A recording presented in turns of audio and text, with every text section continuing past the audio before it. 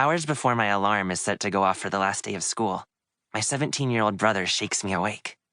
"What?" I mumble, my voice thick with sleep. "Wake up," Jamie whispers. "What's going on?" I say, only it comes out as, "What's going on?" "Dress warm, we gotta go." He leaves my room before I can ask anything else, and the urgency in his voice pushes me out of bed. I shrug on a hoodie, struggle into a pair of jeans, and creep down the stairs, careful to avoid the creaky step. Jamie's waiting at the door. I look around for Kai, his companion spirit.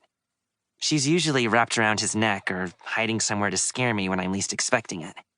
But after a while, I realize she really isn't here, and her absence pricks me up a little. It's been so long since I've had one-on-one time with Jamie. Outside, it's still so dark that I can see people's cirth pendants glowing under their shirts. Jamie leads me quietly through the back alleys of Chinatown. "Where are we going, Jamie?" I say, but Jamie just shushes me and walks faster. I gotta say, as far as quality time with your brother goes, this kinda stinks, and I mean that both literally and figuratively. "We're here," he says, finally. I look up at the neon sign. It says Xia's meat shop in English and Mandarin. The butchers? What's going on?" I say again. Jamie ushers me inside and follows behind, waving to Mr. Xia. To my surprise, Mr. Xia just nods at him and waves us past the register and into the back of the shop. Okay, I am officially dying of curiosity. Jamie motions for me to follow him into the meat freezer, closes the door behind him, and asks me about gaming?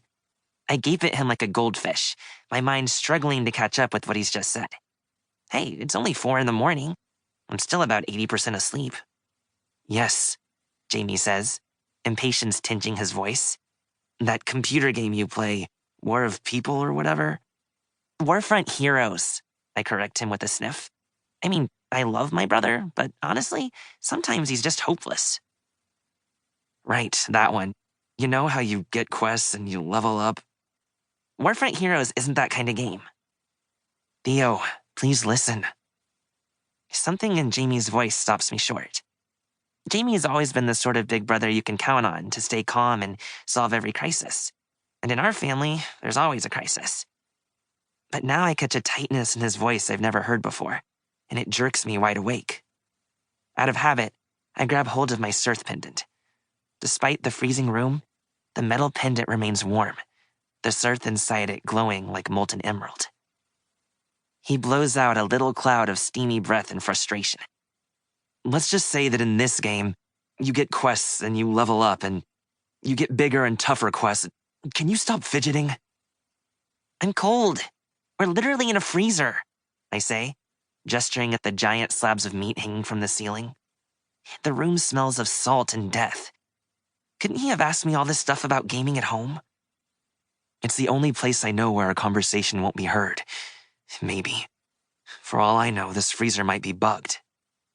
His gaze darts around the cramped space, and he suddenly pounces on something. "Got you." I look at the wriggling thing caught between Jamie's thumb and index finger. A baby cockroach? That's gross. "It's a bug," Jamie says, glaring at the cockroach. "Well, this is it. All the studying has done his head in. Yeah, roaches are generally considered to be bugs, yes?" "No, I mean it's a listening bug." Okay, now I'm really worried about my brother. Why would there be a listening bug in here? "Because," Jamie cries. He throws the roach down on the floor and steps on it, cringing at the crunch it makes. "Let's go," I say. "I'm freezing to death."